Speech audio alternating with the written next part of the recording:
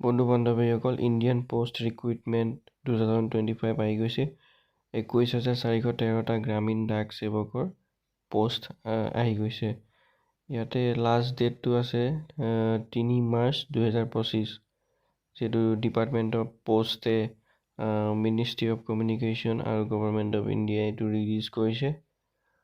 আৰু GDS পোষ্টটো different অফিচত মানে আপুনি ডিপাৰ্টমেণ্ট পোষ্ট আৰু মানে এইকেইটা আছে।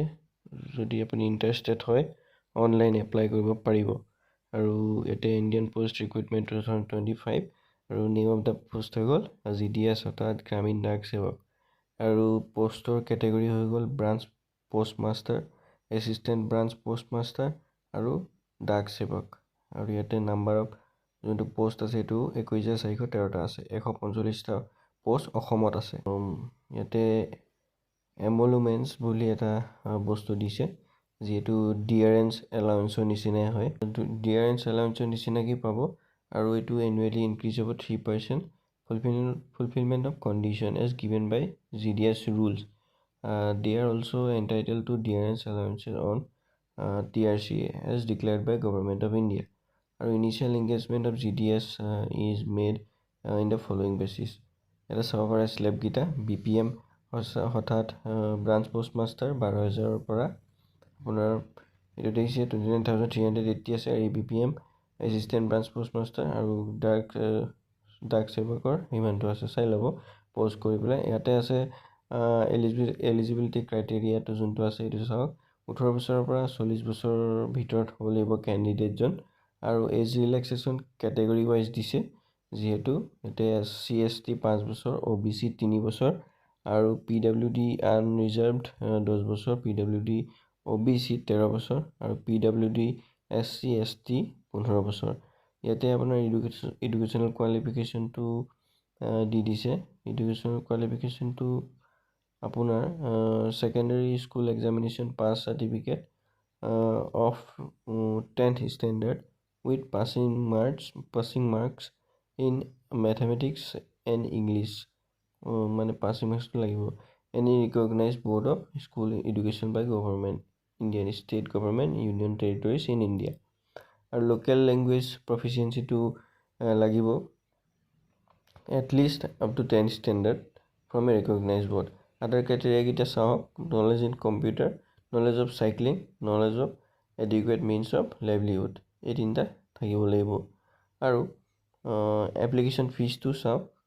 ইয়াতে কেটেগৰী ৱাইজ এপ্লিকেশ্যন ফিজটো যোনটো আছে তলত দিয়া আছে। যোনটো UR আৰু OBC হৈ গ'ল আপোনাৰ 100 টকা, SC ST হৈ গ'ল নীল, আৰু female PWD trans women nil.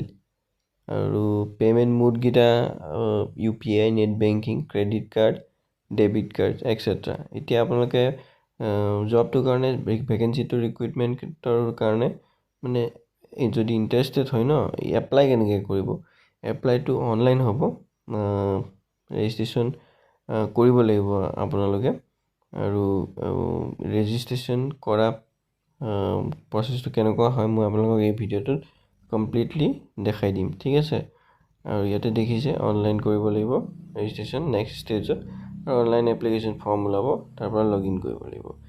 আৰু পাৰ্চনেল এডুকেশ্যনেল ডিটেইলছ দিব লাগিব, আপলোড কৰিব লাগিব, ঠিক আছে। ইয়াতে চাব পাৰে। আৰু মানে এপ্লিকেশ্যন ফিজটো যিসকলে দিব লাগে এইটো দিব লাগিবই, আৰু যিসকলৰ নীল তেওঁলোকে নিদিলেও হ'ব। আৰু ইম্পৰ্টেণ্ট হয় প্ৰিণ্ট কৰি ল'ব এখন এপ্লিকেশ্যনখন যোনখন ওলাব আপোনাৰ। আৰু ইয়াতে ইম্পৰ্টেণ্ট ডেটছ যোনটো আছে সেইটো ষ্টাৰ্টিং হ'ব 10 ফেব্ৰুৱাৰীৰ পৰা 2025 আৰু লাষ্ট ডেট 3 মাৰ্চ 2025। পিছত লাষ্ট ডেট আছে, তাৰ আগতে আপোনালোকে কৰিবলৈ চেষ্টা কৰিব মানে কৰিবই লাগিব। আৰু যিহেতু এতিয়া মই আপোনালোকক দেখাই দিছোঁ, এইটো হৈ গ'ল যোনটো ৰেজিষ্ট্ৰেশ্যনটো কৰিব লাগিব ন। ৰেজিষ্ট্ৰেশ্যন কৰা যোনটো ছাইট হয়, ৱেবছাইট হয়, এইটো হয়। মই ইয়াতে আপোনালোকক ডেছক্ৰিপশ্যনত লিংকটো দি দিম।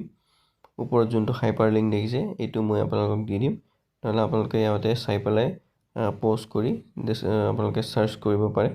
আৰু ইয়াতে আপুনি ডিটেইলছ দিব লাগিব, এপ্লিকেশ্যন ডিটেইলছখিনি ইয়াতে ছাবমিট কৰিব লাগিব। ফাৰ্ষ্ট ইয়াতে আপোনালোকে চাব পাৰে যোনটো অনলাইন গ্ৰামীণ ডাক সেৱা এংগেজমেণ্ট আছে সেইটো আছে আৰু go to details notification application submission এইটো আছে, এইটো পঢ়িব। আৰু ইয়াতে চাওক ভেলিডেট ইয়ৰ ডিটেইলছটো দিব লাগিব, যেনেকৈ mobile number, email, name, father name, date of birth, gender, তাৰপিছতে কমিউনিটি, তাৰপিছতে circle in which secondary school pass, কোনটো চাৰ্কলত আপুনি ধৰি লওক ছেকেণ্ডেৰী এডুকেশ্যনটো পাছ কৰিছে সেইটো ইয়াতে পুট আউট কৰিব লাগিব। আৰু ইয়াতে এটা অপশ্যন আছে চাই ল'ব পাৰে, ক্লিক হেয়াৰ টু ন' ইয়ৰ চাৰ্কলটো যদি নাজানে তেতিয়া চাব পাৰিব। Year of passing secondary school সেইটো আপুনি ইয়াতে চিলেক্ট কৰিব লাগিব। আৰু লাষ্টত যোনটো কণ্টেক্স আছে এইটো H239G এনেকৈ আপোনাৰ ডিফাৰেণ্ট ওলাব, সেইটো আপুনি টাইপ কৰি পেলাই ছাবমিট কৰি দিব। যোনটো ছাবমিট অপশ্যন আছে ইয়াতে ছাবমিট কৰি দিব। আৰু যোনটো আপুনি নেক্সট লগ ইন কৰিব ন, নেক্সট লগ ইন কৰোঁতে মানে আপোনাৰ যোনটো ছাইট হ'ব সেইটো একচুৱেলি বেলেগ হ'ব। মই আপোনালোক ডেছক্ৰিপশ্যনত লিংকটো দি দিম। এইটো দেখিছে এইটো ছাইট হয়, ইয়াতে হাইপাৰ লিংকত মই লিংকটো আপুনি প'জ মাৰিও মানে লিখিব পাৰিব আৰু মই ডেছক্ৰিপশ্যনত হাইপাৰ লিংকটো দি দিম।